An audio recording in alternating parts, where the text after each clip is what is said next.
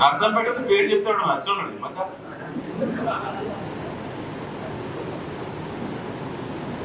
అసలు నర్సంపేటకు హైదరాబాద్ గవర్నమెంట్ కన్నా సంబంధం ఉన్నారా? గిరిబేట కంటే మన ఉత్తరం చెల్లి పరిస్థితి ఉన్నదా? నువ్వు వరంగల్ దాంట్లో మన పూర్వత్రుడు ఉన్నాడా? మైపాల్ వాళ్ళ ముఖ్యమంత్రి వస్తేనే ఈయన వేదిక ఎక్కడట. ఇదేం పాట అర్థం కాదు, అదేం పాట అర్థం కాదు.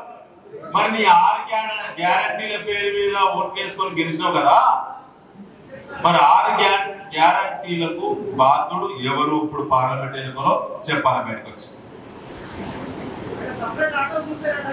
ఇక చిత్రం చెప్తా నీకు కొత్త కథ. నర్సంపేటకు ఆయన ముఖ్యమంత్రి, ఆయన ఒక రెవెన్యూ మంత్రి పెట్టుకున్నాడు. భూముల మీద భూముల కాయిదాలన్నీ జమ చేయడానికి ఒక రెవెన్యూ మంత్రి ఉన్నాడు ఇక్కడ. ఇక ఆయన ఆదేశాల మేరకు నీళ్ళు ఎత్తానే పోతానే అని ఊకే ఫోటోలు తిరిగాడు. ఆయన ఇరిగేషన్ మంత్రి ఉన్నాడు ఇక్కడ నర్సంపేట.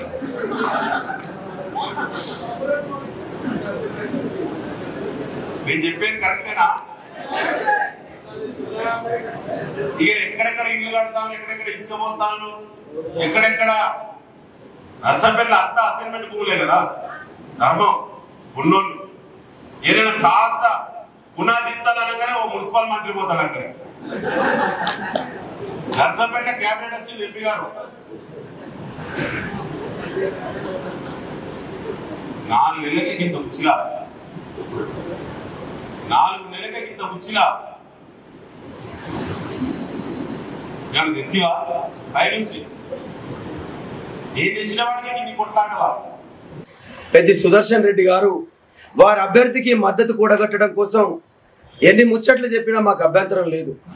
కానీ ఆ ముచ్చట్లు చెప్పే క్రమంలో కొన్ని మోసపు మాటలు మళ్ళీ కూడా బోగర్ మాటలు, బ్రోకర్ మాటలు మాట్లాడుకుంటూ ఈరోజు వాళ్ళ కార్యకర్తల్లో ఉత్తేజాన్ని నింపుతున్నాడా లేక ఓటర్లను మభ్యపెట్టాలని ప్రయత్నం చేస్తున్నాడా స్పష్టంగా తెలుస్తా ఉంది.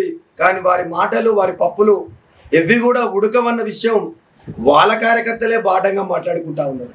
అది నువ్వు తెలుసుకోకుండా ఈరోజు నీ మండల కార్యకర్తల మీటింగ్లలో నీ క్యాడర్ దగ్గర వాళ్ళ ఉన్న కొద్ది మందికి కూడా ఏదో ఉత్తేజం కల్పించడానికి చాలా కళ్ళబొల్లి మాటలు చెప్పుకుంటా మాట్లాడుతూ ఉన్నావు సుదర్శన్ రెడ్డి గారు.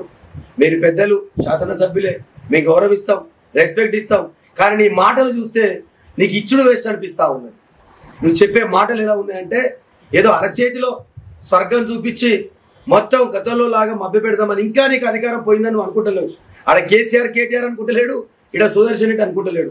కర్రు కాల్చి వాత పెట్టి ఆల్రెడీ 4 నెలలు అయింది నిన్ను మిమ్మల్ని గద్దె దించి. అయినా ఇంకా మేము గద్దె మీదనే ఉన్నాం అన్నట్టుగా ఫోజులు కొడతా ఉన్నావు, మాటలు కొడతా ఉన్నావు. రైట్, నువ్వు కొన్ని వేసిన ప్రశ్నలు ఇస్తా ఉన్నావు.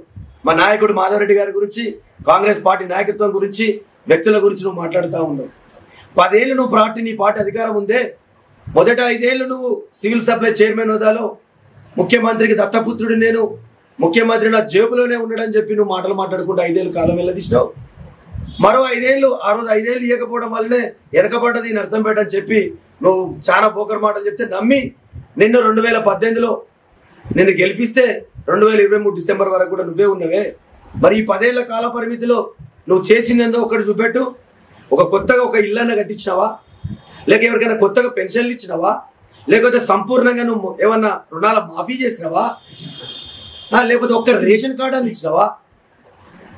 ఏదో ఒకటి చెప్పు. నువ్వు ఈరోజు సామాన్యుడు, నిరుపేదలు, హరిజన, గిరిజన, బడుగు, బలహీన, మైనార్టీ వర్గాల ప్రజలు కనీస మౌలిక వసతులు కోరుకుంటారే. ఆ కనీస మౌలిక వసతులలో నువ్వు గుండె మీద చేసుకొని చెప్పు, ఈ కుటుంబానికి ఇది కల్పించా అని. సంపూర్ణ స్థాయిలో ఈ 5 అంశాలను ఈ కుటుంబానికి కల్పించిన ఒక్కటి చెప్పు. నువ్వు ఇక్కడ చెప్పలేవు. కానీ బోకర్ మాటలు చెప్తూ తెల్ల పేపర్లు ఎలక్షన్ల ముందట నవంబర్లో ఎన్నికల నోటిఫికేషన్ వస్తే అక్టోబర్లో, సెప్టెంబర్లో జీవోలని, మొత్తం జీవోలు, మహిళా సంఘాలకు బిల్డింగ్లు, రోడ్ల మీద బ్రిడ్జిలు, ఆ వాగు మీద బ్రిడ్జిలు, రోడ్లు అంటావు. తర్వాత కన్నారావుపేటలో రీసెర్చ్ సెంటర్ అంటావు. అక్కడ ఇప్పుడు మన మిర్చి చిల్లింగ్ సెంటర్ అని అశోక్ నగర్ అంటావు, అది గంగలో కలిసిపోయింది. ఇండస్ట్రియల్ కారిడార్ అంటావు, కుల సంఘ భవనాలు అంటావు.